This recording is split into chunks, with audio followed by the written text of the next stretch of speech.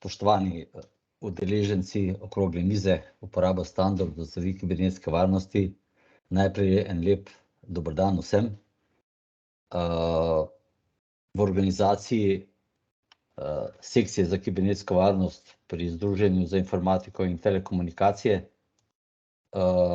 in IKT horizontalne mreže, ki se ukvarja s spodbujanjem razvoja digitalnih produktov v prihodnosti, smo se pravzaprav odločili, da področje standardov in njihove uporabe pravzaprav aktualiziramo in začenjamo niz dogodkov na to temo z današnjo okroglo mizo.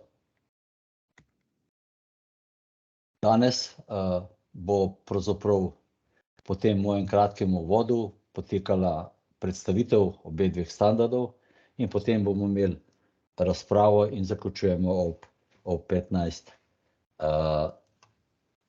uri. Vaša vprašanja nam lahko posredujete v chatu in mi bomo odgovarjali tekom okrogle mize ali pa naknadno po elektronski pošti. Torej, uporaba standardov pri zagotavljanju kibernetske varnosti, kjer se bomo danes dotaknili ISO 27000 in sistem vodenja neprekinjenega poslovanja ISO 22301, so zelo pomembna pri zagotavljanju kibernetske varnosti. Razvojna strategija naše družbe v smeri digitalne preobrazbe od državne uprave do, da ne rečem, vsakega posameznika in skrb za delovanje v pogojih naraščajočih groženj za varnost informacij, kot tudi opravljanje storitev, je pravzaprav zelo pomembna v pogojih nepredvidenih situacij, kot se je pokazalo tekom pandemije, seveda tudi naravnih nesreč in drugo. Standardi podajajo okvirje in vsaj del potrebnega znanja za učinkovitejšo pripravo na kibernetske in druge incidente. In veliko veselje mi je, da danes za okroglo mizo gostimo doktor Boštjana Delaka, docenta na Fakulteti za informacijske študije, gospoda Mladena Terčelja, vodilnega presojevalca po ISO 27001, gospod Alenko Glas iz Unistarja Pro Aztek, Dušana Mencina iz IGEA d.o.o. in dr. Andreja Rakarja iz Petrola d.d. Govorili bomo o ključnih vprašanjih uporabe in uveljavljanja standarda, govorili bomo o ovirah v praksi podjetij ter predvsem predlogih, ki jih skupaj lahko uresničimo za dvig ravni varnosti delovanja digitalne družbe. Torej, vabim gospo Alenko Glas, da nam predstavi uvodna razmišljanja o standardih. Hvala. Trenutek za tehniko.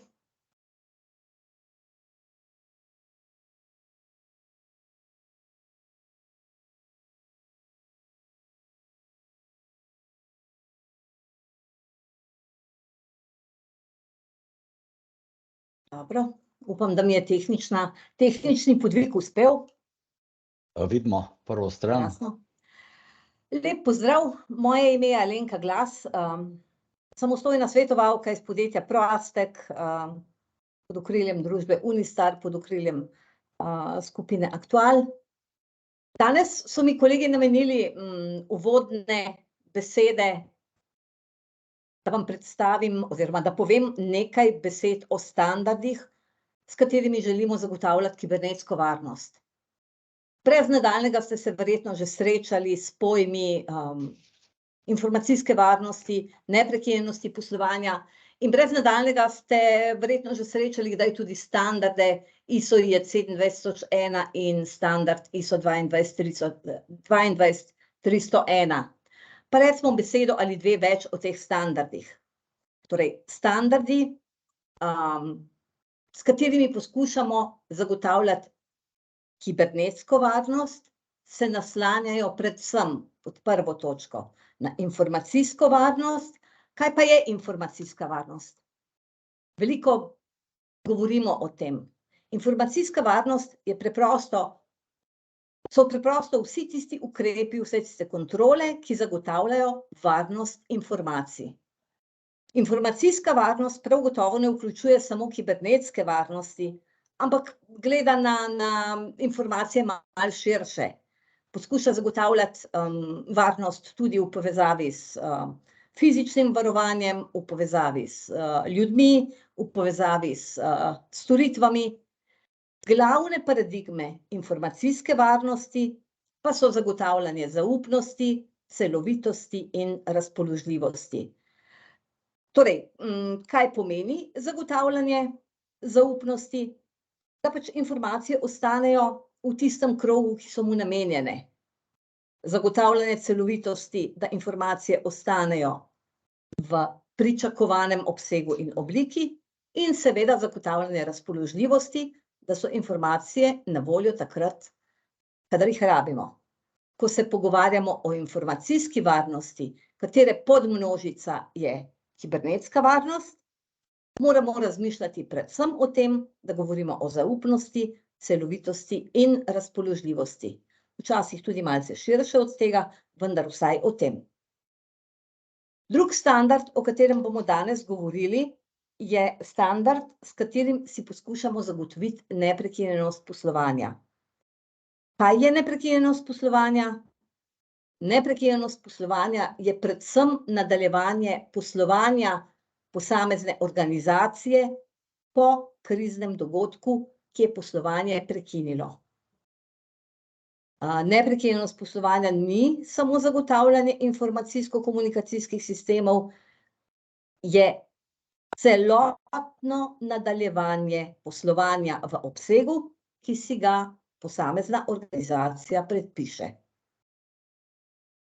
Standardi so pravzaprav neka dobra praksa, ki jo povzemamo na podlagi znanj, izkušenj, vsega, kar so že naši predhodniki in naši sodobniki preizkusili in peljejo tako, da so pri tem najbolj učinkoviti. Kako pa izgledajo ti standardi? Ko govorimo o ISO standardih, sem vam pripravila tukaj povzetek teh standardov, iz katerih lahko razberete, da standardi v prvem normativnem delu izkazujejo eno tako veliko sinergijo. Zelo so povezani, v nekaterih delih so zelo enaki.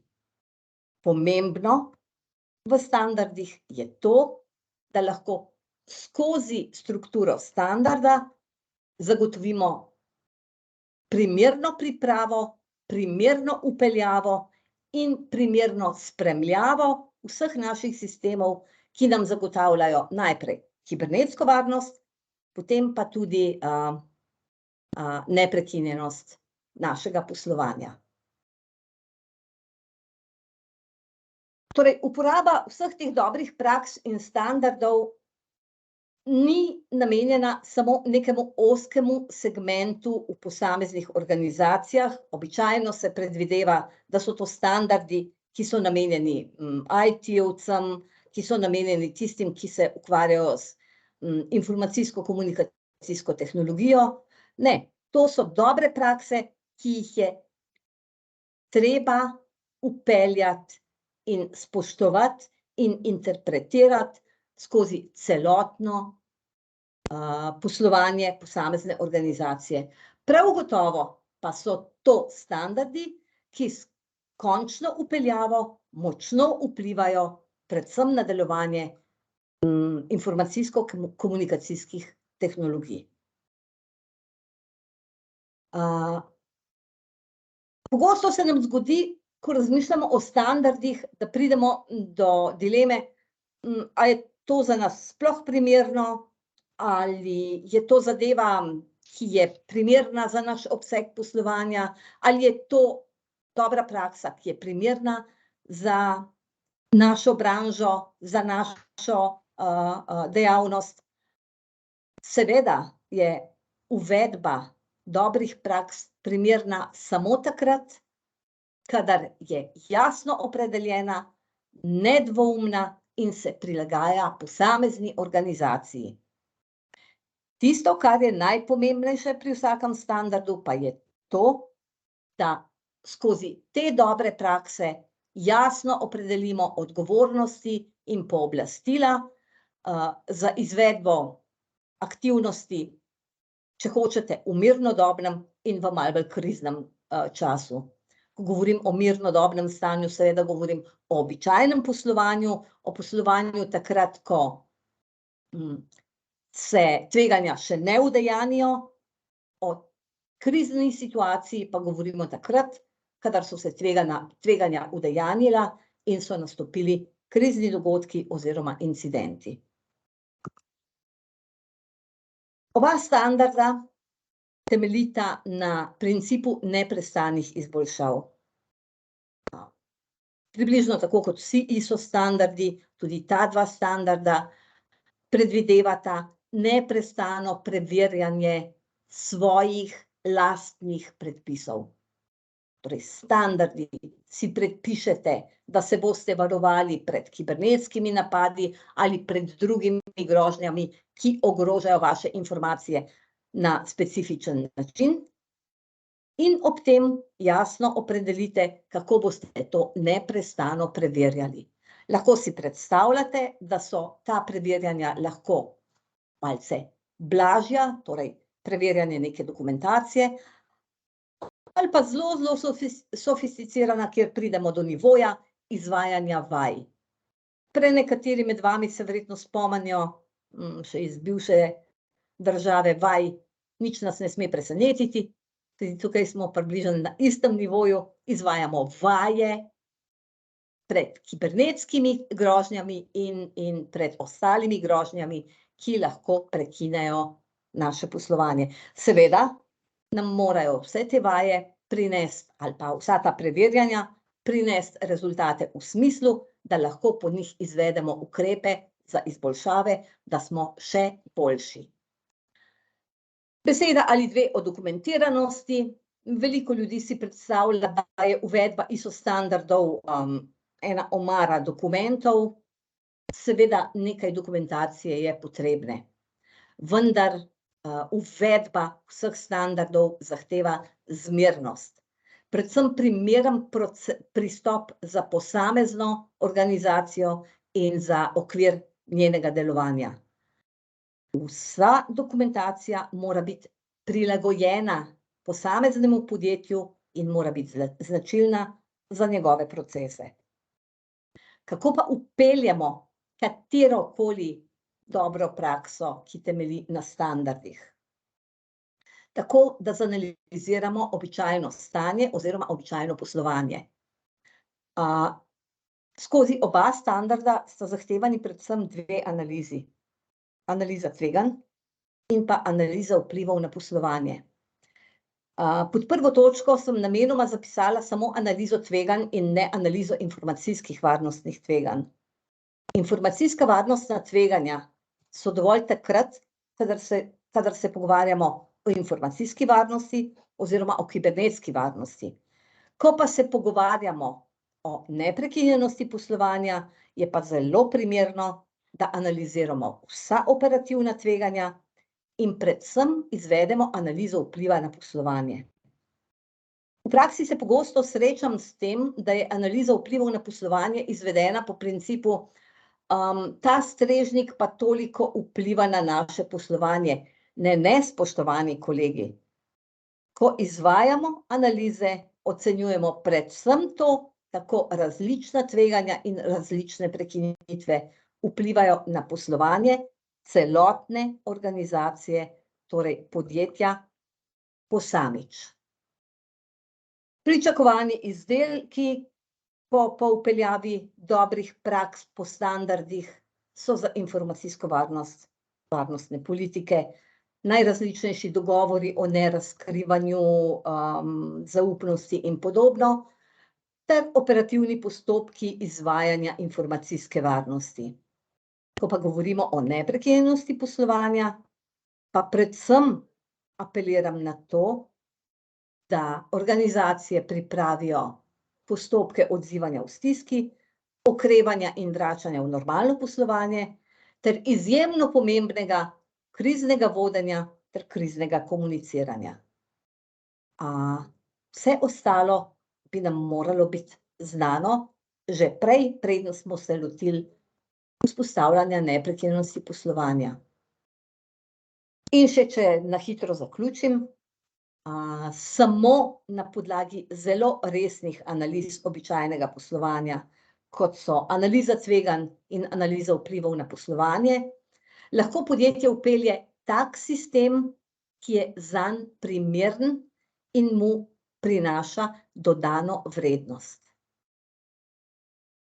Ni primerno, da vpeljujemo standarde po principu tako, kot so vpeljali sosedje, ali pa po principu tako, kot je bilo dobro za naše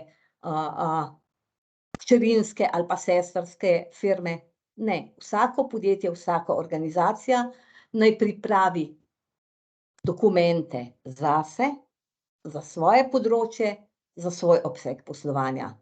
Samo tako boste od tega tudi nekaj imeli. Torej, verjamem, da so vprašanja na koncu, kaj ne? Seveda, vprašanje bomo probali obvladovati tekom seje vprašanja in odgovorov.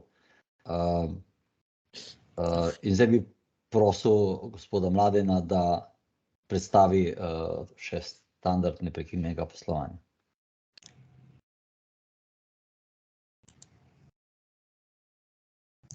Upam, da vidite ta del prezentacije. Ja, se vidi.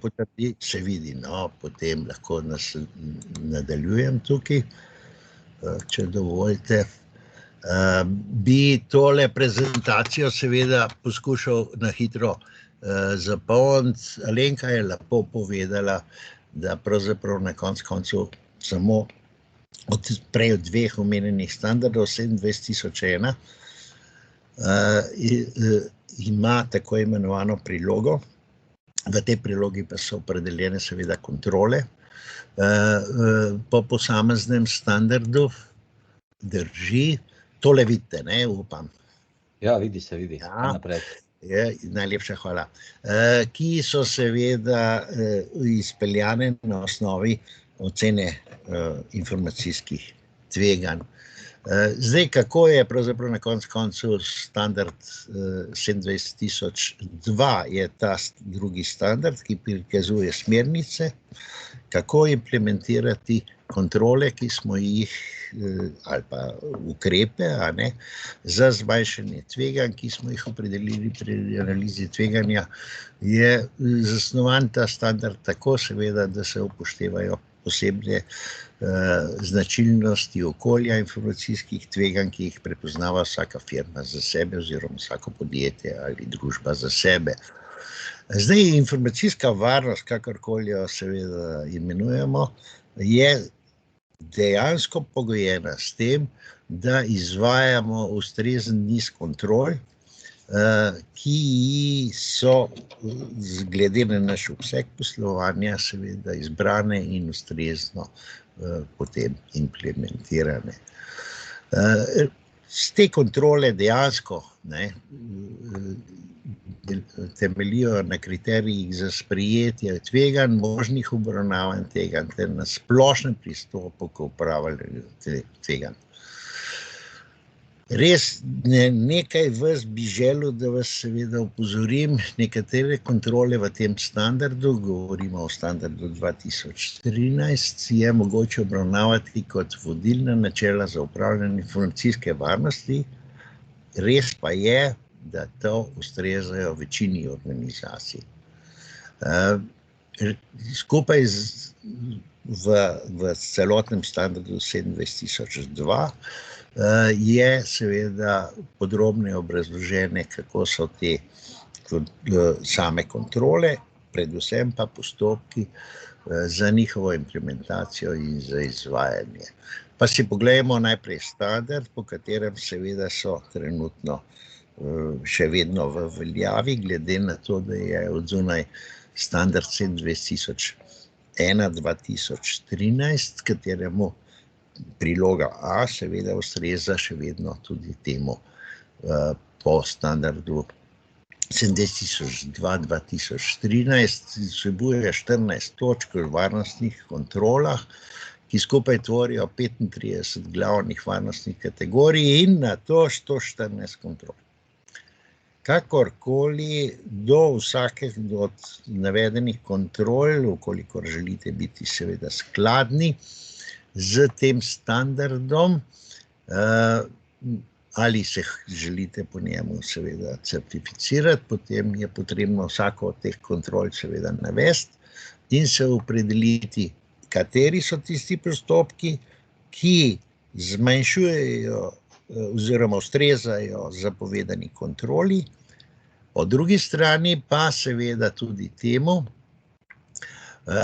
dovoljeno je, da nekatere kontrole, ki smo jih v oceni tveganj v osnovi prepoznali kot irelevantne oziroma področja kot taka irelevantna, lahko za ustrezno obrazložitvijo tudi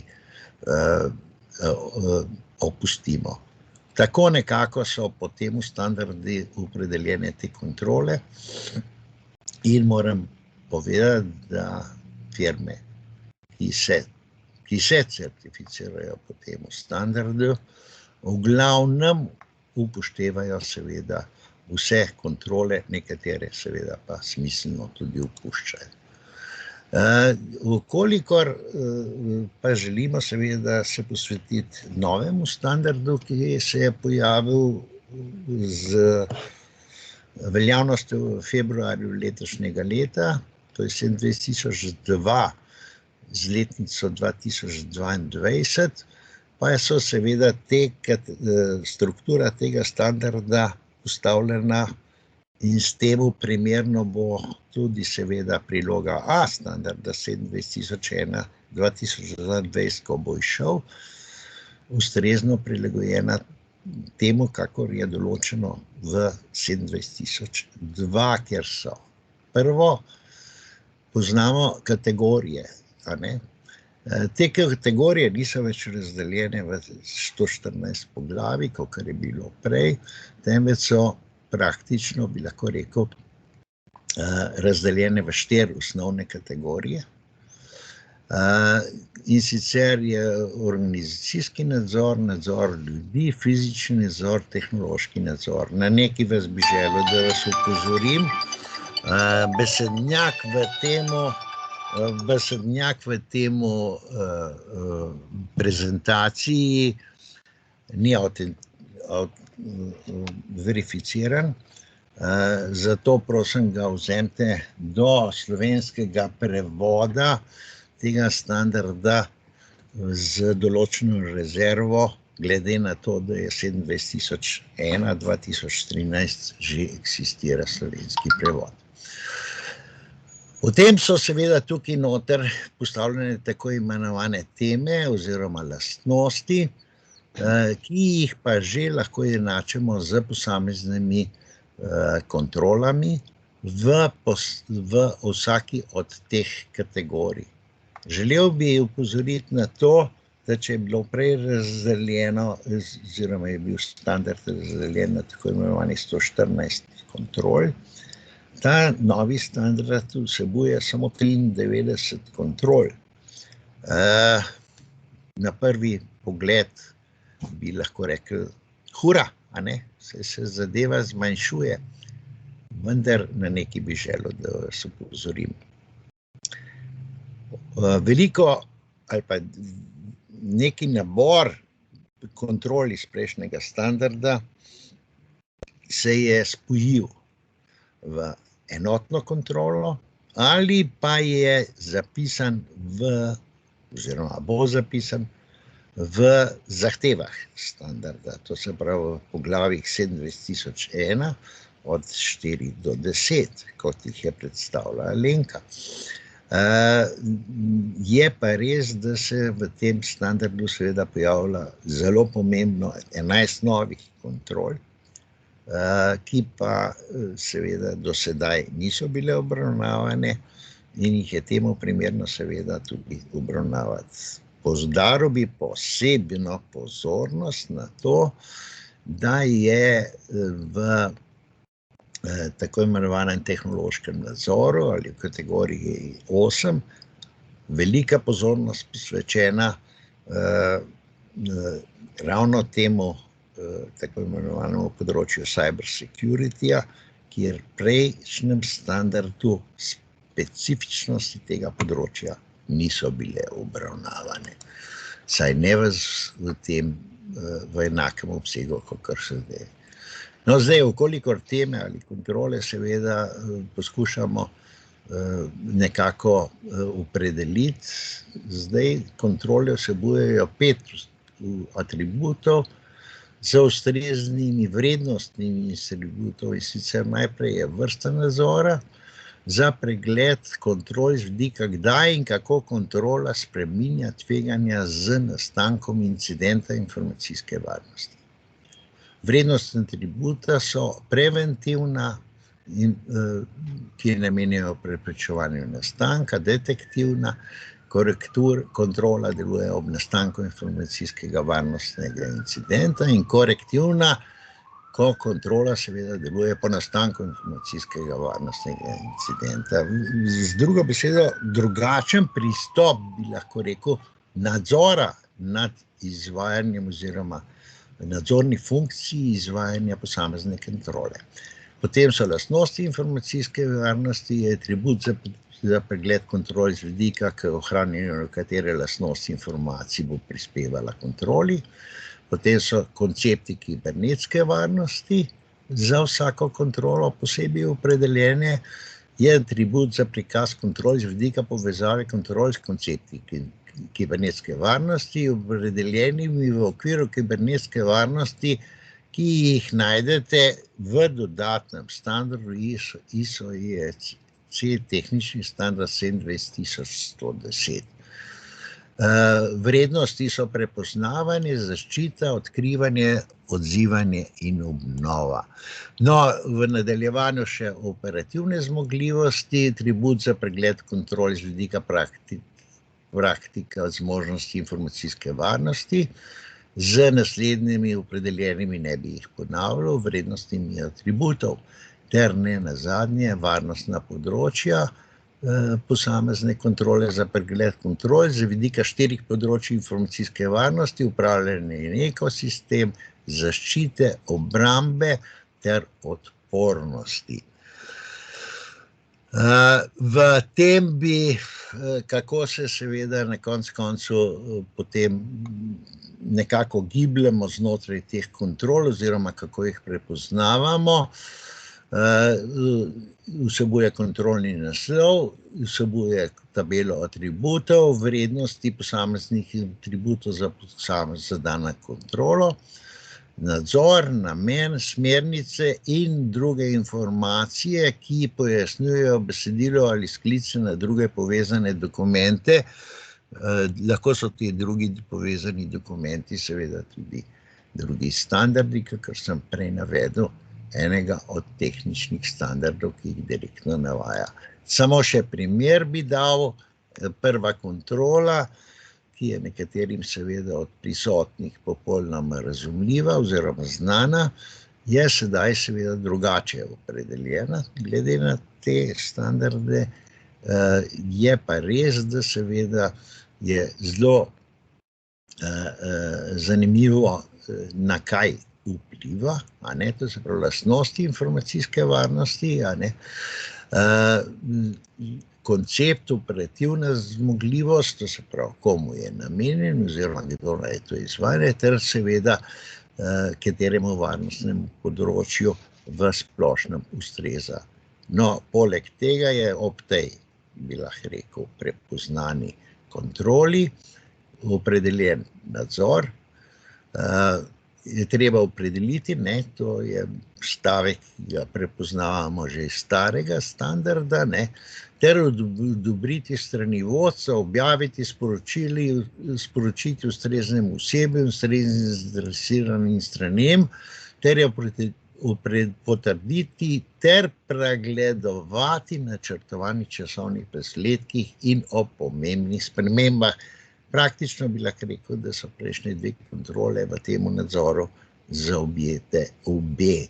Namen zagotavljanja seveda stalne primernosti, ustreznosti in učinkovitosti vodstvenih usmeritev in podpora za informacijsko varnost v skladu s poslovnimi, pravnimi, zakonskimi, regulativnimi in pogodbenimi zahtevanji, saj ne nazadnje zelo enostavno vodenje tega, da je potrebno to seveda voditi na najvišji ravni, mora organizacija opredeliti politiko informacijske varnosti, kakorkoli jo bo seveda imenovala, oziroma kakršenkoli bo v piramidi, strukturni piramidi dokumentov zasedala svoje mesto, ki jo seveda odobri najvišje vodstvo in ki določa pristop organizacije k upravljanju informacijske varnosti. Toliko na kratko, ostalo pa v dodatnih vprašanjih. Hvala lepa.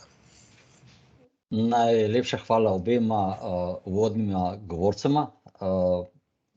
Zdaj o standardu neprekinjenosti poslovanja bomo še v nadaljevanju mogoče kaj več slišali.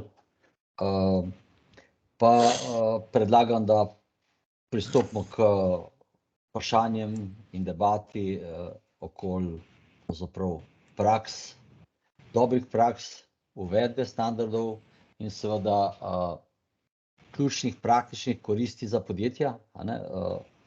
Včeraj na konferenci poslovne skupnosti Gorenjske je bilo veliko govora o celovitosti in standardi so tukaj pomembna kategorija. Bilo je tudi, kot je Mladen poudaril, pomembno vloga vodilnih. Pa bi dal besedo še enkrat Alenki,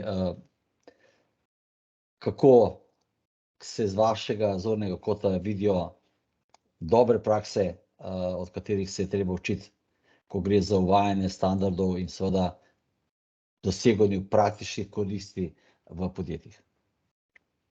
Ja, hvala. Dobre prakse so glede na standarde v Sloveniji zelo različne. Eno je informacijska varnost. Informacijska varnost je pri nas že kar precej dobro zakoreninjena. Veliko je tistih organizacij, ki so informacijsko varnost in skladnost s mednarodnimi dobrimi praksami uvedle zaradi zahtev zakonodaje. Tukaj je zelo močan finančni sektor,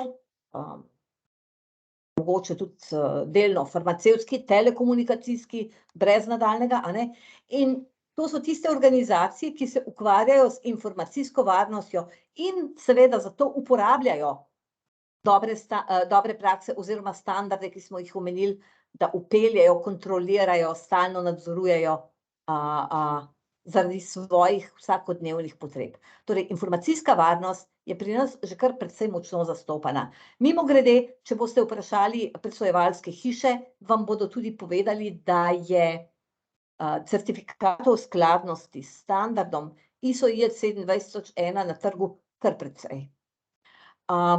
Mimogrede, za zagotavljanje informacijske varnosti po nekaterih branžah obstajajo tudi branžni standardi, na primer za kartično poslovanje in podobne zadeve, PCI DSS standard in podobno. Tako da informacijska varnost je ena zgodba. Povsem druga zgodba je pa neprekinjeno poslovanje in skladnost s standardom ISO 22301. Mislim, da so moji podatki precej točni. V tem trenutku so v Sloveniji certificirana 3 podjetja. Eno je zelo sveže, 2 sta pa malo starejši. Tako da nekih mogočnih dobrih praks na tem področju niti ni. Zakaj je temu tako? ker smo dolgo časa Slovenci razumeli neprekinjenost poslovanja kot neprekinjenost delovanja. Torej, neprekinjenost delovanja pa v tistem segmentu, kjer zagotavljamo razpoložljivost informacijsko-komunikacijske tehnologije.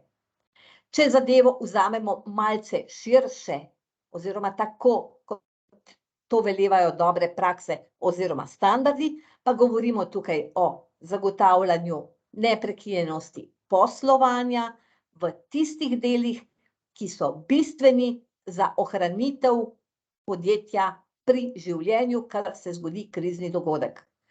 Tudi na področju neprekinjenosti poslovanja obstajajo zakonske regulative za nekaj branž, vendar še enkrat, ta segment je bistveno bolj na začetku, bistveno bolj v povojih kot informacijska varnost. Ja, Andrej je, z oči mu vidim, da ima neka svoja razmišljanja o tem področju in seveda veliko izkušenj. Kako pa vi v podjetjih? Andrej, če lahko mikrofon še vključiš. Ja, pa bi mogoče se kar navezal, oziroma bi kar komentiral neprekinjenost poslovanja. Bi se kar strinjal z ugotovitvijo Alenke. Dejansko je problem, pač v praksi se pokaže, da pač podjetja res tako razumejo, da zagotavljanje neprekinjenega poslovanja si predstavljajo, kako zagotavljati, da bo neprekinjeno IT deloval. V resnici je pa to pravzaprav čisto poslovna zahteva, poslovna potreba. Dejansko mi želimo v bistvu odgovoriti na vprašanje, kako bomo naprej poslovali, če IT ne dela. To je v bistvu pravi, bi rekel tak, izziv. In dejansko moramo poiskati v podjetjih načine, kako naprej poslovati, kljub temu, da nam IT ne deluje.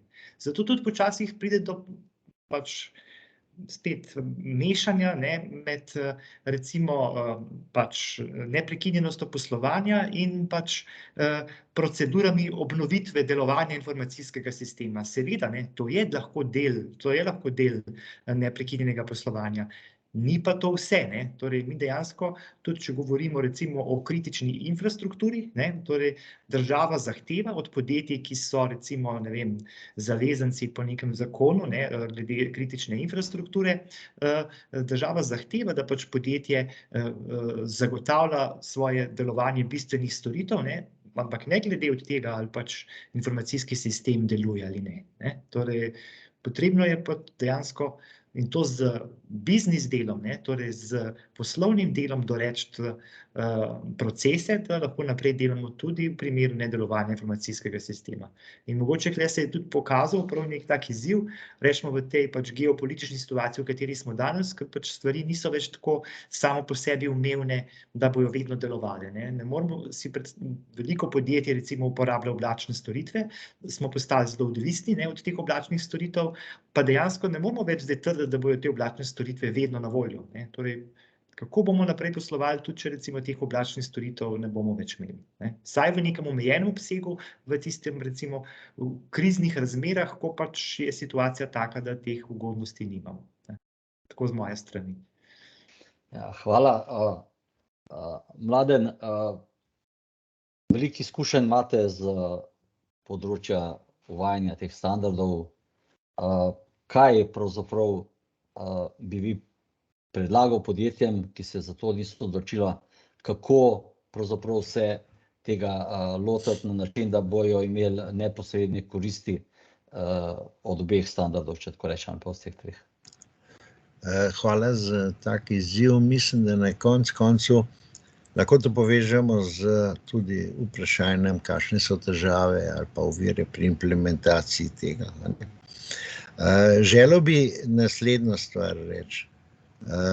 Sigurno je trenutno opredelitev za uveljavitev enega ali drugega standarda, predvsem seveda z vidika varovanja informacij ali informacijske varnosti, to se 27.01. Odziv zahteve zainteresiranih strani oziroma kupcev, strank ali kakorkoli, ki jih postavljajo pred posamezne organizacije. V tem primeru je zakonska obveza dana recimo finančnim institucijam popolnoma jasno v zakonu, medtem ko drugim seveda take zakonske zahteve ni. Druga zadeva je, da se seveda ta sistem vpeljuje, ali pa drugi problem je, da se ta sistem vpeljuje izključno samo na zahtevo in ne razmišlja o tem, da je to sistem, ki naj deluje za izboljšanje notranjega delovanja posamezne organizacije. To ni pri sami implementaciji še problem, to je večji problem potem, ko ga je potrebno seveda vzdrževati. Tretje, kar bi izpostavil, so strahotno nerealna pričakovanja o časovnih okvirih implementacije. Zelo, zelo težko je, Alenka je poudarila, copy-paste, kakor smo navajeni, ne pride v upoštev, dragi moji. Vsaka organizacija seveda ima svoje notranje zahteve, če smemo tako reči, in zahteve zainteresiranih strani, nekatere pa seveda tudi zakonske zahteve za implementacijo. Tako da tle bi poudaril, da vkolikor pričakuje vodstvo, da bodo implementirali nek tak sistem, tudi s pomočjo zunanjih svetovalcev preko v 6 mesecih. Upam, da se bodo moji sogovorniki na okrogli mizi s tem strinjali, je to popolnoma nerealno. In končno, ne za samo uveljavitev, temveč za delovanje takega sistema je zelo pomembna seveda ustrezna kompetentnost osebja, ki je opredeljeno kakorkoli kot, dajmo reči, skrbnik tega sistema. Toliko mogoče na vprašanje, Mihael, ki ste mi ga postavili. Hvala. Včeraj na okrogli mizi je voditelj izpostavil vprašanje, kako strogi je treba spremeniti zakonodajo, ki bi postavlja stanje na boljše. In prihaja regulativa NIS2, prihaja bolj stroga certifikacija. Torej, gospod Delak, glede na vaše izkušnje in prejšnjo funkcijo, me zanima, kako pa vi z vaših izkušenj gledate na standarde. Mene je vedno zanimalo, zakaj mogoče tudi državne inštitucije ne sledijo bolj intenzivno tem predlogom, se pravi uporabe standardov, vključno za certifikacijo. Mihael, najlepša hvala za vaše vprašanje. Moram povedati, ker je bil omenjen moje prejšnje življenje, par dni nazaj sem bil še zaposlen na Računskem sodišču Republike Slovenije, ker smo delali kar nekaj revizij. In moram reči, da ob svojem delu, še tudi prej sem se srečal z revidiranci, ki so imeli certificirane standarde, kot take, ki niso imeli certificiranih. Tisti, ki so imeli certificirani, so le malo bolj poznali presoje oziroma tisti, ki so bili navajeni na redne revizije, so poznali delo. V Računskem sodišču smo v zadnjih nekaj letih v okviru revizij smotrnosti poslovanja izvedli 2 revizije kibernetske varnosti v Sloveniji. Prva je bila čisto sistemska na nivoju države, kjer smo hoteli videti, kje smo, kako daleč smo, kaj je že pripravljeno in kaj ne. In druge smo gledali pa 3 revizije učinkovitosti neprekinjenega poslovanja. Zadnja je bila ravno danes objavljena na spletnih straneh Računskega sodišča o eni organizaciji, ki je tudi doživela kibernetski napad pred časom in so se zelo, zelo spremenili svoje razmišljanje. Ob teh pristopih, ko smo se pogovarjali o revizijah neprekinjenega poslovanja, moram reči, da je večina poslovodstva, tako kot so bili prej omenjeni, mislila, da je to stvar oddelkov informacijske komunikacijske tehnologije. Ampak smo tekom revizije le prepričali, ugotovili, izobrazili ali pa ozavestili poslovodstva, da je to stvar poslovne stvari. Če odgovorim na vaše vprašanje, zakonodaja, ne zakonodaja, ja. Tukaj je čist stvar lastnikov. Gospodarstva ne potrebujejo zakonov, ampak bojo že svojih dobesedno preživetja ali nepreživetja razmišljali o tem, da potrebujejo neprekinjeno poslovanje. In to ni neprekinjeno, kar bi mogoče dodal Alenko, stvar samo po krizi. Neprekinjeno poslovanje moraš že narediti predhodno. Vse moraš narediti, pripraviti stvari, pripraviti načrte, pripraviti krizne štabe, pripraviti način obveščanja in tako dalje in tako dalje. Tako notranje deležnike, kot tudi zunanje deležnike. Po drugi strani je pa ena veliko podjetje oziroma javna uprava in državna uprava. Tukaj žal ni lastnikov. Tukaj tudi ni definiranih lastnikov procesov, gospe in gospodje, v večini primerov. Kako potem lahko nekoga, a boš hišno številko rekel, da ne ti da oceno tveganj ali pa analiza poslovnih učinkov na določene procese. Po drugi strani se pa tudi državni sekretarji menjajo in tisti, ki bi mogoče bili pomembni ostali, so pa dobesedno izvajalci. In tu je še ogromno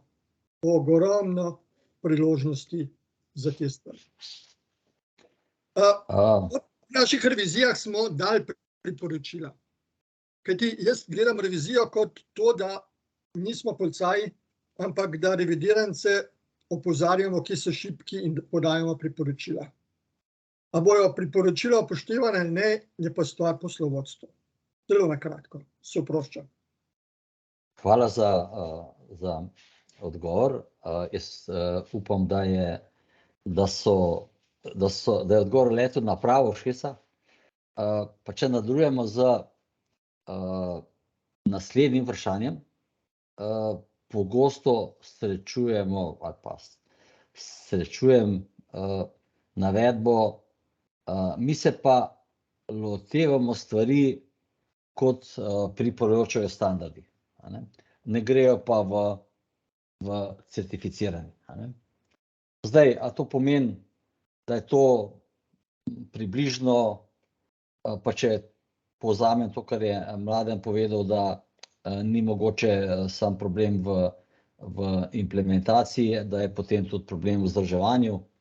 Pa me zanima, Mladen, certificiranje da ali ne,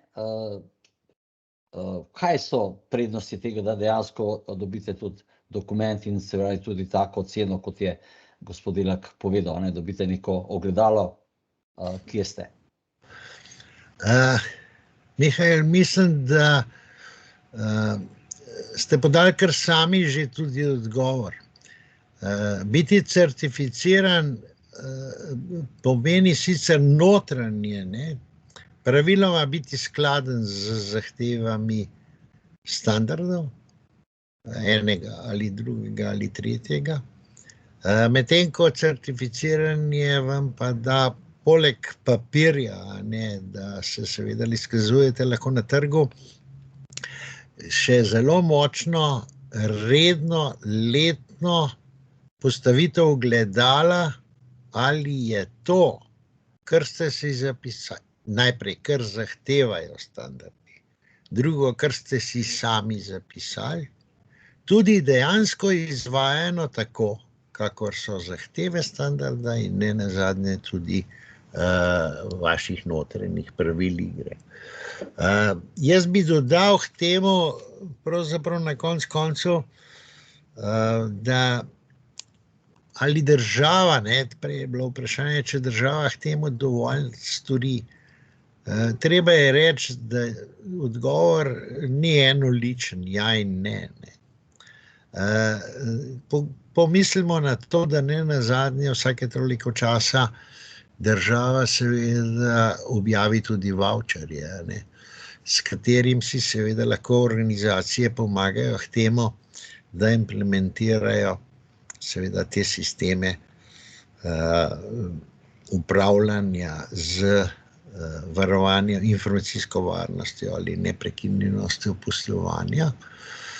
Po drugi strani seveda pa bi rad rekel, da mogoče ne toliko država, kakor seveda tudi zainteresirane strani oziroma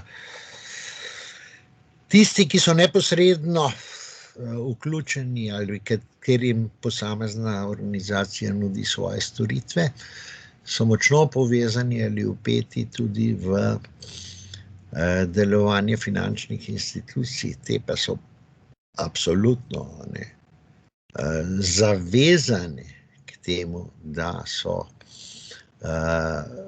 praktično skladne, ne toliko kot certificirane z tema dvema standardoma.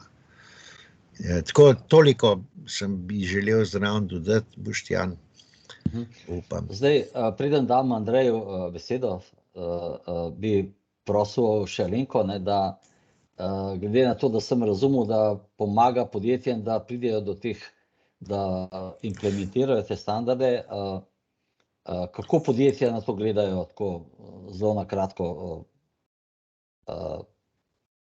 kakšno je njihovo mnenje? Certificiranje, da, ne? Da, seveda, podjetja gledajo na to zelo, zelo, zelo različno. Tiste podjetja, ki se morajo, ali pa tiste organizacije, ki se morajo na trgu neprestano izkazovati, si s certifikatom olajšajo delo. Certifikat skladnosti pravzaprav pokaže vsem zunanjim deležnikom, mi smo skladni, nas vsako leto preveri neodvisna presojevalska ekipa in mi delamo tako, kot to velevajo dobre prakse.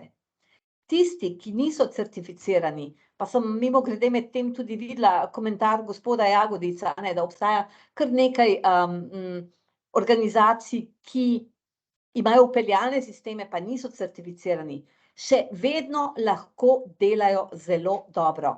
In mnogo je naših strank, ki se ne certificirajo.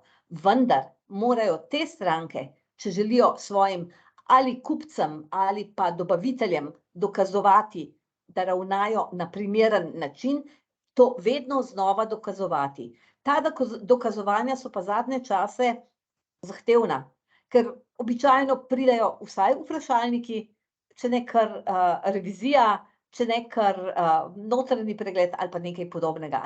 Tako da certifikati so zaželeni takrat, kadar želijo podjetja večjemu številu zunanjih deležnikov dokazovati, da ravnajo tako, kot je primerno. Ali je certifikat potreben? Ja, gospod Mladen, strinjam se z vami močno, vsaj enkrat na leto nas pride ali pa naše stranke pride pogledat zunanja, neodvisna presojevalska ekipa in postavi ogledalo. In tega se naše stranke močno zavedajo. Hvala. Andrej, izvoli. Ja, saj bi kar nadaljeval s to tematiko, ker imamo v zadnjem času kar nekaj opravka, recimo z zagotavljanjem ustreznega nivoja informacijske varnosti v povezavi med dobaviteljem in naročnikom. V zadnjem času poznamo kar nekaj takih, primerov napadov, ki se zgodijo preko dobaviteljev. Žal je tako, da tudi če smo recimo mi kot organizacija certificirani, zelo dobro skrbimo za informacijsko ali pa kibernetsko varnost, po drugi strani smo pa lahko zelo hudo ranljivi od nekih naših dobaviteljev, ker nam pač zagotavljajo mogoče neke storitve, neko opremo, ki mogoče tako izgleda na prvi pogled zelo minornega pomena, imajo pa lahko zelo velik vpliv na varnost naših sistemov in poslovanja. In tukaj recimo je zelo pomemben tudi ta vidik certificiranja. Če rečemo, če smo mi naročnik, bomo zbirali tiste dobavitelje, ki nam lahko z nekimi certifikati zagotavljajo, pač da imajo ustrezen nivo informacijske varnosti tudi pri njih. ne. In to lahko, kot je Alenka že omenila, delamo tako, da vsakič zahtevamo izpolnjevanje nekih vprašalnikov, zahtevamo podpisovanje nekih aneksov v pogodbi, ne, ali pa pač samo nam dobavitelj z tem certifikatom izkazuje, ne, tako kot je tudi Mladen omenil, ne, da pač redno skrbi, ne enkratno, ampak da redno skrbi za informacijsko varnost. In takim dobaviteljem potem lahko lažje zaupamo in tudi tveganja, ne, da bi se karkoli zgodilo, ne, potem nam zaradi problemov na strani dobaviteljev je bistveno manjše. Hvala, Andrej. Gospod Delak, pride mi na misel številni razpisi, številni programe digitalizacije se zdaj na veliko postavljajo na bobne. Ali država v javnih razpisih pričakuje tovrstna dokazila? V kakšni meri mislite, da to je? Domnevam, da vsaj v nekem delu tudi že to je. Glejte, zelo veliko govorimo o digitalizaciji, zelo ambiciozne načrte imamo o digitalizaciji. Problem je tem, kot jaz osebno mislim, da nam manjkajo temelji. Nam manjkajo osnove varovanja informacij, osnove neprekinjenih poslovanj teh stvari. Res je, nekateri razpisi, taki in drugačni, zahtevajo določene certifikacije dobaviteljev, da so skladni ali karkoli. Ampak jaz tukaj še vedno bom mogoče malo bogokletno izjavo rekel danes tukaj. S kolegi sem se že pogovarjal. Obseg, časovnica slovenskega certificiranja proti Evropi je zelo, zelo majhna. Primer, ko sem ga slišal 14 dni nazaj, v Veliki Britaniji, podjetje s 4000 zaposlenimi je imelo 27 človek dni skupino certifikatorjev, presojevalcev, da so pogledali kompletno delovanje vseh kontrol. Ne samo na papirju, ne samo na pogovorih, ne samo preko MS Teamsov. Šli so dobesedno v živo gledati v poslovne procese, IKT procese, te stvari. Jaz sem imel že diskusijo z Mladenom pred leti nazaj. Ja, to pa predrago za slovenske te stvari. Ja, glejte, varnost je draga. Trenutno imamo, vsaj po statistiki, 128 certificiranih ISO 27001 v Sloveniji. Malo boljš, kot statistika neprekinjenega poslovanja, ki je bila 2022, zdaj so 3, smo na repu na nivoju Albanije, Azerbajdžana, Šrilanke na tem področju. Glejte, poznamo podjetje, ki je imelo certifikate, revizori so prišli pogledati na osnovne kontrole, menjave gesel. 1/3 ni nikoli imela never expired. Glejte, to je pa drug problem, ki sem ga tudi že dostikrat povedal. Koliko organizacijam v Sloveniji so že vzeli certifikat ISO 27001? Ne vem, če komu. Problem je v tem, ker ponovadi, če kdo zateži od presojevalcev ali pa nakaže, da so problemi, poslovodstvo pokliče certifikacijsko organizacijo in prosi za zamenjavo presojevalca. Kajti nočejo sami sebi rezati veje, na katerem sedijo, ker to je le prihodek, letni prihodek posameznim zadevam. Poznamo organizacijo v Sloveniji, podjetje, ki je imelo certifikat in je bilo kibernetsko napadeno. Zdaj, ali bi 3-krat, 4-krat večji obseg preprečil to, težko rečem. Bi bilo pa sigurno zmanjšano tveganje. Tako da, tukaj sem kar nekaj stvari navrgel, tako recertifikacijskim kot drugim kolegom. Še to bi omenil, mogoče ta zadnje, eno kapljico na češnjo. Dogaja se, da so presojevalci tudi svetovalci v isti organizaciji, kar je neskladno z etiko revizorjev. Čist glavina se natočeno. Zdaj je še čas.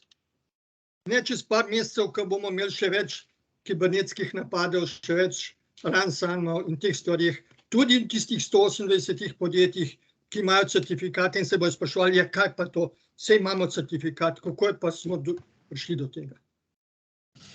Ja, gre za občutek, mogoče majčkeno lažje, če se stvari ne delajo dosledno. Mladen, vi ste hoteli še nekaj dopolniti, potem pa Alenka je tudi dvignila. No, zelo prej pravzaprav pri Andreju, bolj sem hotel to sicer Andrej potrditi te izjave, ki si jih povedal, a ne. Nič več, tako da ne bi vam trošil cajt Alenka, verjetno imaš pa repliko na Boštjana. Jaz bi imel na Boštjana mogoče samo določeno repliko. Res, da je to odvisno seveda tudi od presojevalcev, vendar certifikacijske hiše vedno bolj zaostrujejo te pogoje, a ne Boštjan, ki si rekel.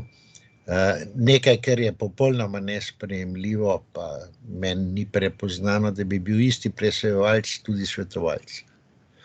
Res pa je, da so vsi seveda v preteklosti nekatere zadeve seveda medsebojno podajali, če smem temu tako reči, ne, vendar je to vedno bolj zaostren so pogoji tudi v certifikacijskih hišah. Upam, da me bo Alenka to zadevno lahko potrdila. Ne. Alenka, izvoli. Pravzaprav niti ne želim razpravljati o tem, ali so certifikacijske hiše poostrile. Ja, tudi jaz imam občutek, da so vsak let bolj strogi, samo mogoče je to moje osebno prepričanje. Tisto, kar sem pa želela replicirati, je pa naslednje. Gospod Delak, ja, kibernetski napadi so vse pogostejši, tudi organizacije, ki imamo pridobljene certifikate, zdaj pa govorim, kot za primer jemljem našo organizacijo, ne organizacije naših strank, in tudi mi smo bili deležni kibernetskega napada. To, da si deležen kibernetskega napada, je danes običajno poslovanje. Prav vsi, ki smo tukaj, a ne, smo verjetno že bili deležni takega ali drugačnega kibernetskega napada. Tisto, kar nam dobre prakse, pa če jih certificiramo ali ne, pomembno je, tako kot so rekli kolegi, pravilno upeljamo, kontroliramo, ugotavljamo njihovo uspešnost, učinkovitost in vse ostalo. To nam je omogočilo, da smo se relativno uspešno, kar precej učinkovito in s relativno malo stroški ubranili tega kibernetskega napada in se odzvali na način, da naše stranke niso utrpele škode. To je tisto, kar nam prinesejo standardi, to je tisto, kar nam prinesejo certifikati.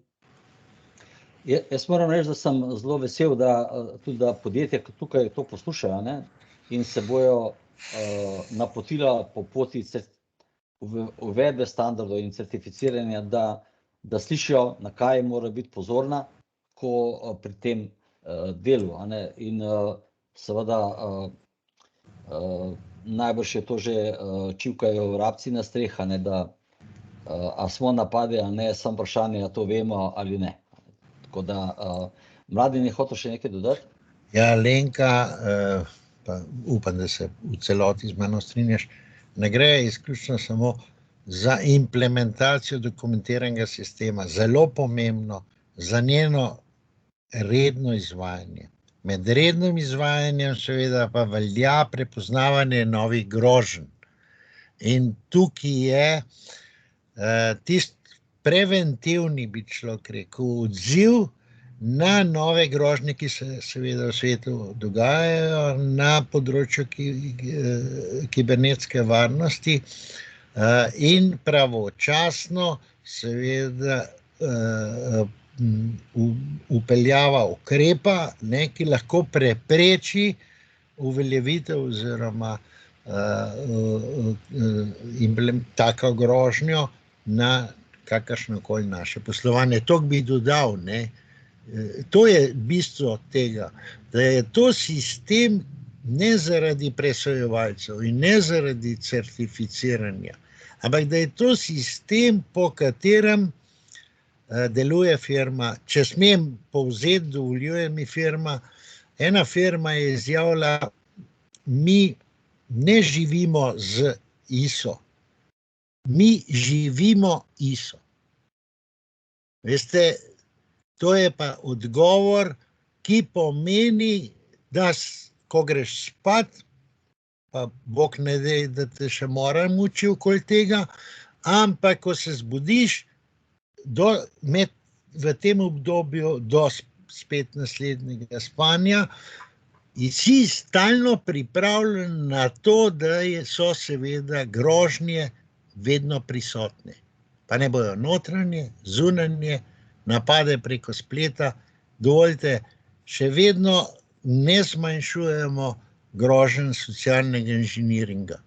Pa toliko let že o njemu govorimo. Še vedno smo ljudje, če smem po domače reči, pademo na to finto socialnega inženiringa.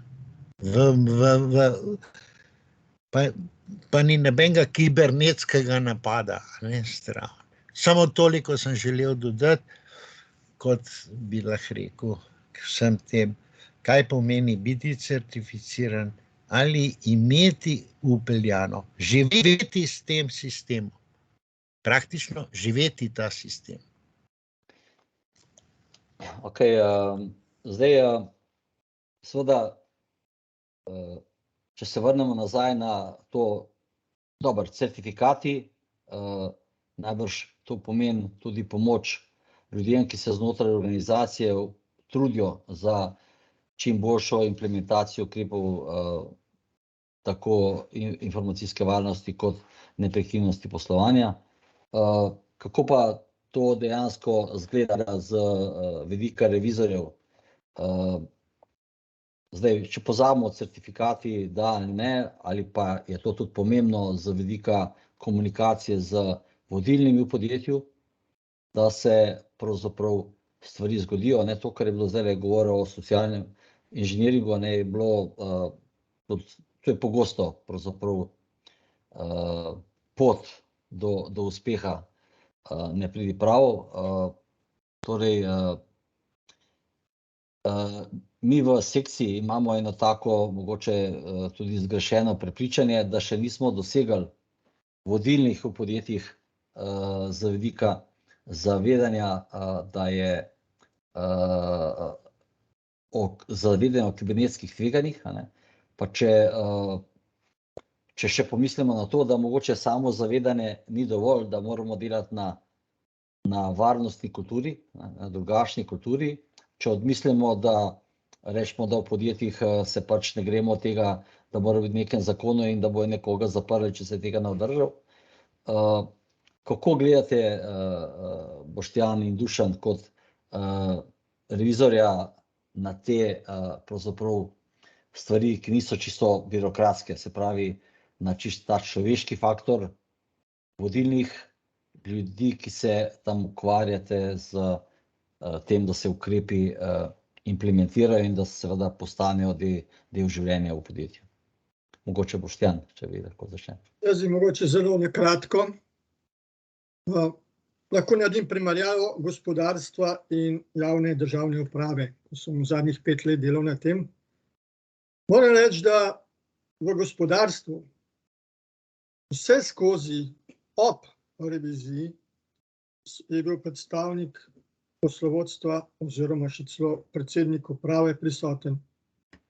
Če ni bil prisoten, je na vsakem razgovoru želel na kratko govoriti z nami, sodeloval pri usklajevanju, bil prisoten na razčiščevalnem sestanku in dobesedno nekako potrdil vsa priporočila in ukrepe, da jih bojo izvedli. Na drugi strani javna in državna uprava. Glejte, moram reči, da če si bil vesel, če bil državni sekretar mogoče na 2 sestankih, da o ministrih ali pa kdorkoli, ki je odgovoren za posamezen resor, ni bilo ne duha, ne sluha.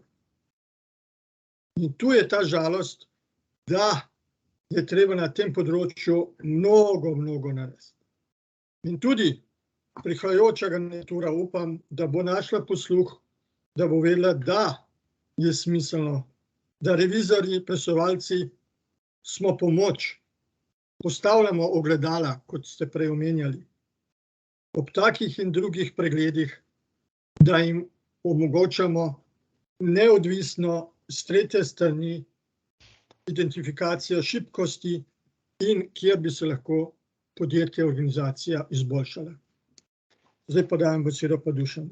No, še preden damo Dušanu čisto besedo, zdaj je mogoče pomemben trenutek, pomemben trenutek, da ker se menja vlada, nova vlada pravi digitalizacija. Ko smo govorili o tem, kaj pa kibernetska varnost in neprekinjenost poslovanja v tem kontekstu, mi ne želimo nekaj ekstra, ne vem kje. Vsi projekti digitalne transformacije morajo to vključiti, ker na to gledamo kot kakovost delovanja sistema, ki bo pravzaprav ali pa procesov ali pa produktov, ki bojo pravzaprav stvar prihodnosti in na katerih se zdaj na veliko razmišlja in tudi dela. In mislim, da je zelo pomemben trenutek, da se tudi do samega vrha ta sporočila slišijo in da se pravzaprav udejanijo v tem, ker ne vem, če je pravzaprav smiselno, da neke rešitve delujejo, vendar so ogrožene in seveda s tem tudi njihovo delovanje in mogoče tudi obstoj. Dušan, kakšne so tvoje izkušnje, kako podjetja gleda na te standarde in seveda tudi certifikacijo, ali je to, če zelo karikiram, pa je to mogoče malo drugače, kot je gospod Delak povedal, se pravi, da imamo velik interes v podjetjih, mogoče pa tudi nevedno, da gledamo to kot nek papir, do katerega bomo mogoče prišli in ga bomo rabili za neke razpise ali pa drugače. Ali imamo tudi take pristope, če temu tako rečem? Ja, jaz bi se kar strinjal tudi z Boštjanom, mogoče tle nadaljeval. Tle so različni deležniki pri celem postopku in presojevalec je v bistvu šele na koncu pride, ki mora pogledati, ali je ta celota, ki so jo pripravili, sploh, če je prebavljiva. Ti tle pregleduješ dokumente, pogledaš operativno delovanje in na koncu moraš ugotoviti,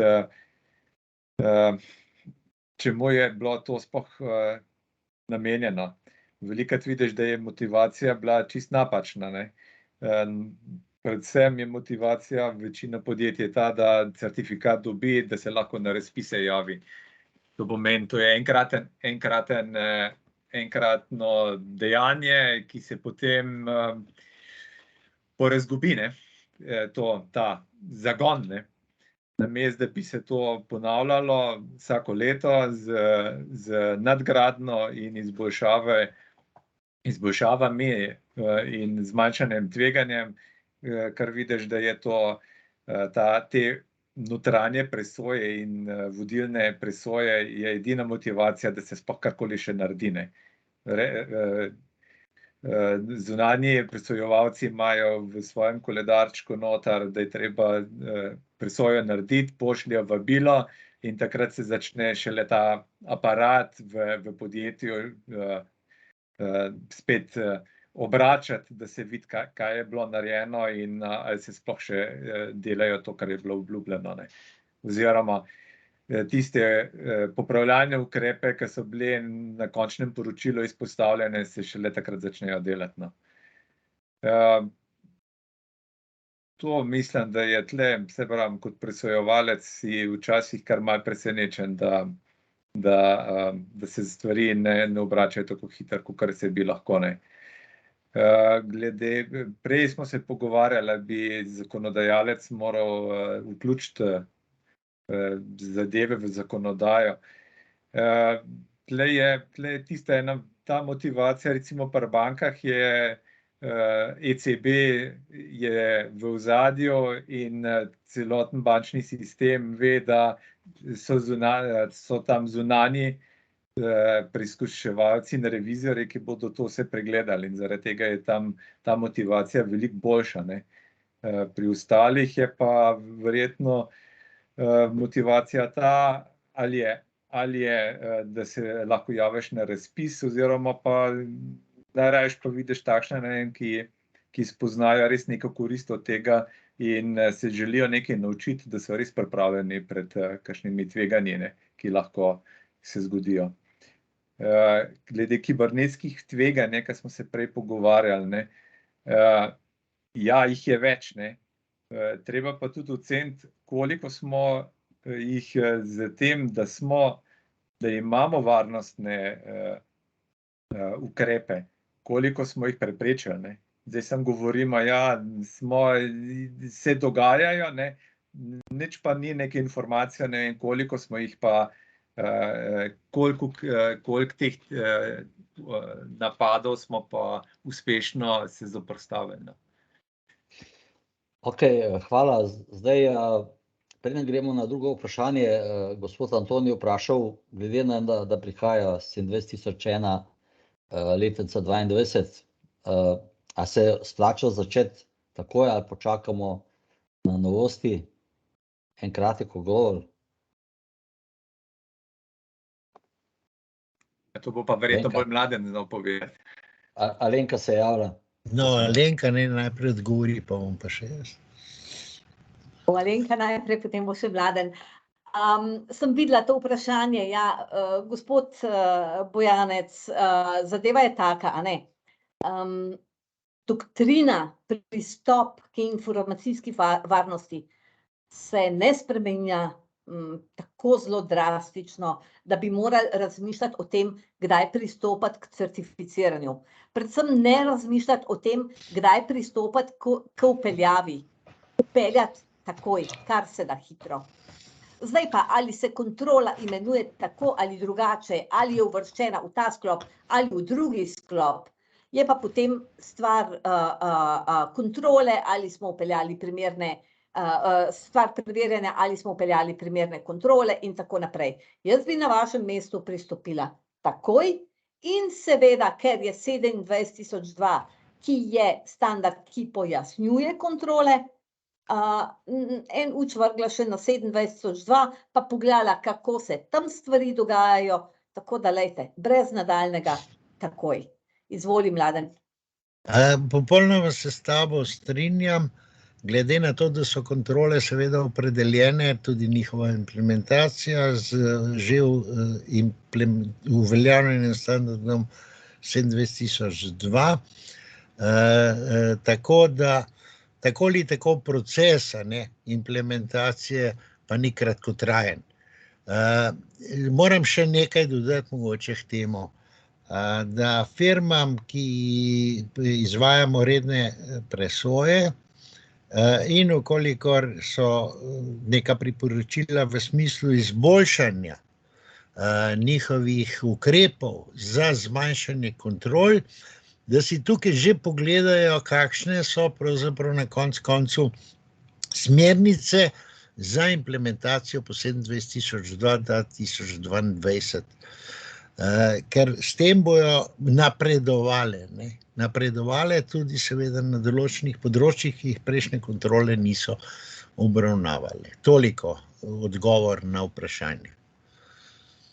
Ja, klepet postaja vedno bolj zanimiv, tudi vprašanj imamo kar nekaj, pa bi glede na čas jaz vseeno se usmeril v to in upam, da bomo te odgovore na vprašanje, ki so zastavljene iz publike, odgovorili posebej. Prosim, če na moj e-mail pošljete, če mogoče ne bom videl, kdo je to poslal in ne imel kontakta, da mi da me vprašate na e-mail mihael.nagel@gzs.si, da vam posredujemo odgovor, ker bi radi pač tole zaključili v pravem času. Zadnje vprašanje, ki je pa za nas kot sekcijo zelo pomembno in postavljam vprašanje pravzaprav vsem vam na kratko, kaj je to kot sekcija, kaj kot GZS lahko in bi v nadaljevanju lahko naredili, da ta vlak pospešimo in ga peljemo v pravi smeri. Seveda tudi država, kaj bi se dalo spremeniti, tako mogoče do konca leta, mogoče neke aktivnosti, ki bi jih lahko začeli. Pa mogoče Andrej.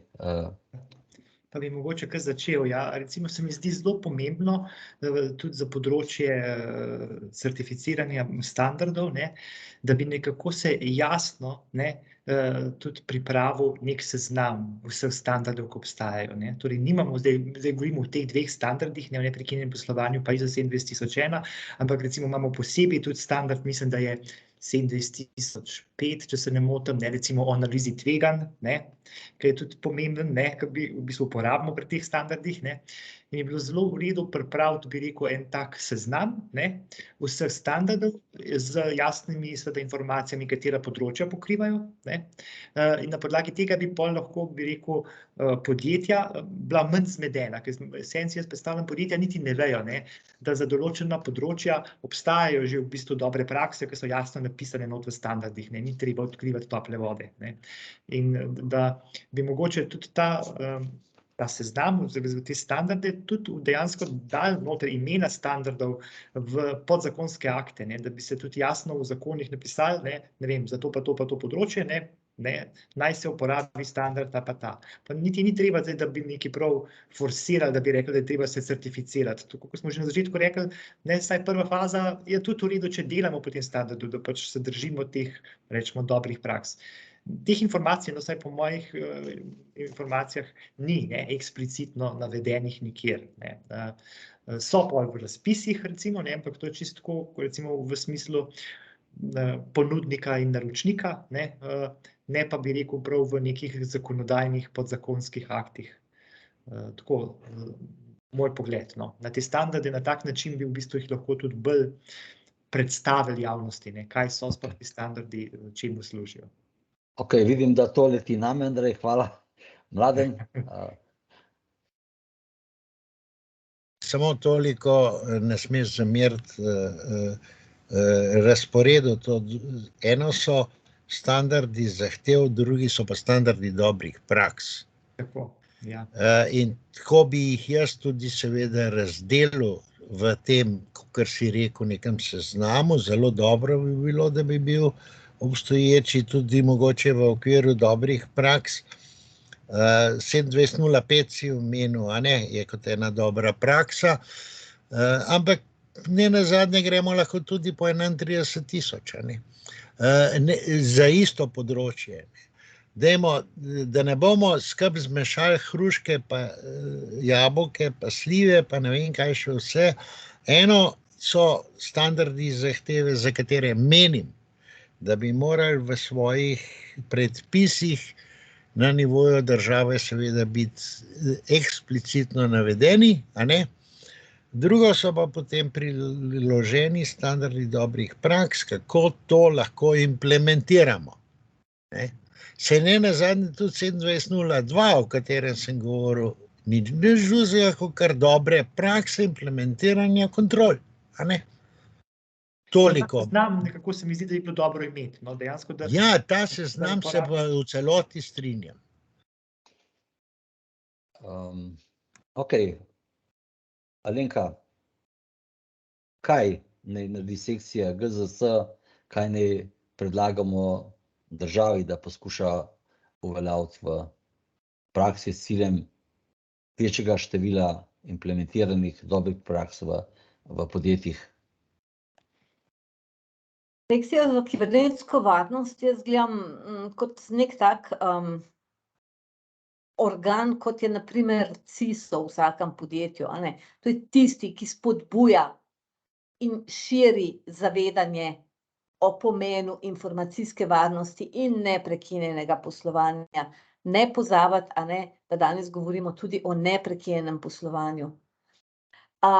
Sekcija za kibernetsko varnost je do zdaj organizirala že nekaj posvetov na to temo oziroma nekaj okroglih miz. Nekatere so bile ozko usmerjene, kot na primer za avtomobilsko industrijo in podobno, vendar sem prepričana, da bi predvsem, če bi delali tako, da bi šli po branžah in spodbujali in razlagali, kaj so dobre prakse in kaj so benefiti takih dobrih praks, naredili za informacijsko varnost in za neprekinjenost poslovanja po podjetjih ali pa po drugih organizacijah. Vidim, so z nami tudi kolegi iz šolstva pa iz zdravstva, več kot si mislimo. Morda kdaj v zelo, zelo ozkem naboru povedati tudi, kaj so najosnovnejše, tiste must have kontrole, ki jih je treba imeti za potrebe informacijske varnosti. Prej ste omenili menjavo gesel, never expires in podobne zadeve. To ne zahteva veliko ne denarja, ne časa in sem prepričana, da vsi tisti, ki sodelujemo v sekciji kibernetske varnosti, take dobre prakse, taka dobra znanja z veseljem na hitro, na kratko prenesemo naprej. In že s tem bi zaustavili zelo, zelo velik del izpostavljenosti. Evo, Mihael, naslednja naloga. Hvala, Alenka. Vi mi kar dajete del takole, se veste, kako to pride pol, ne?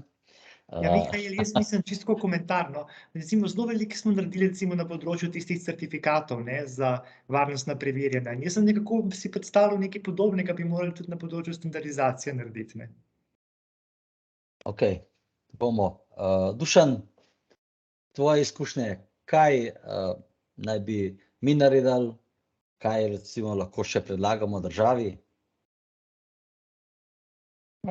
Zdajle mi glih ne pade glih kaj na pamet. Verjetno kakšne delavnice pa takšno bi bilo sigurno, pa osveščanje je sigurno najbolj pomembno, ne.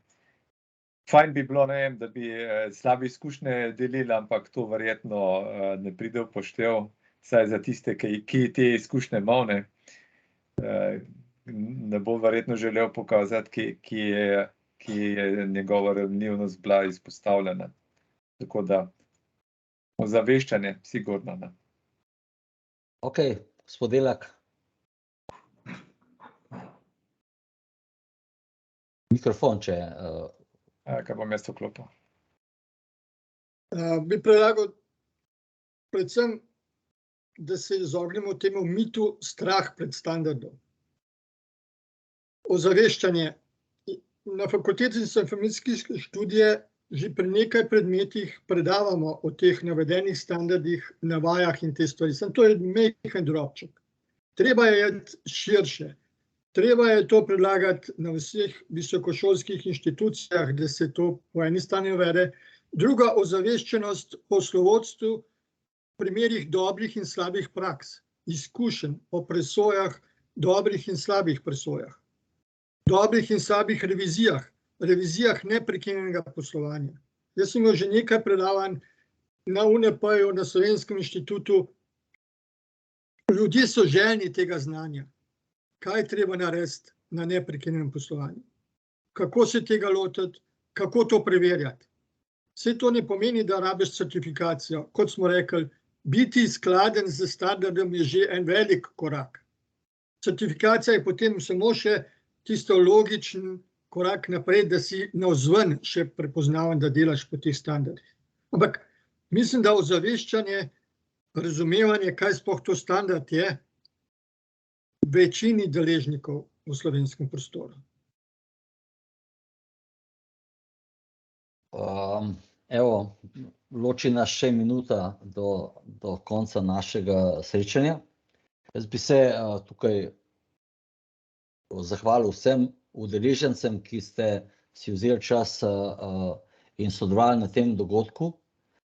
Seveda še posebej sogovornikom, ki so odkrito, strokovno moram reči tudi zame, včasih malo presenetljive odgovore podajali.